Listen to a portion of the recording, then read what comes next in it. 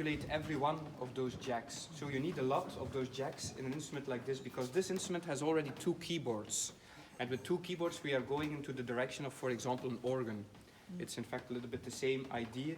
You have the possibility to mechanically couple the 2 keyboards so that the sound of the upper keyboard is also hearable in the lowest keyboard.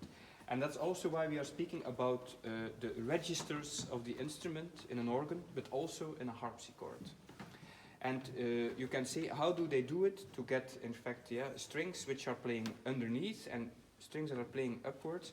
Well, there's a little possibility to do that, a little thing. You have here the bridge, this wooden piece that is walking like this. And then here you have another bridge, which is much lower. So the higher bridge contains 2 strings, and the lower bridge contains 1 string.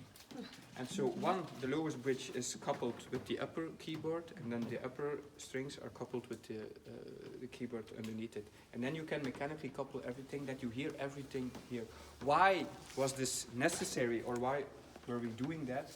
Because of the fact that if you, for example, are playing with a violin or a cello or a flute or a traverso, and you're playing a harpsichord, and then the traverso said, can't you play a little bit louder? Yeah, then you have to say, if you play harpsichord, no. Because if you do this on a harpsichord, or you will push much harder, except the fact that the jack is almost going to come out, you're not going to have more sound. Because in fact your leverage here is so small that you really can't get a difference in sound. So you can't create piano or forte on a harpsichord or original whatsoever.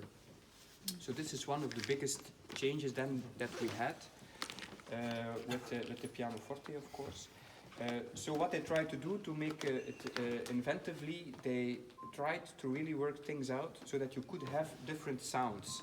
It's like a little bit of a keyboard where you can choose between an electric piano, harpsichord, violin, things like that. In fact, they did the same thing, but then in a mechanical way.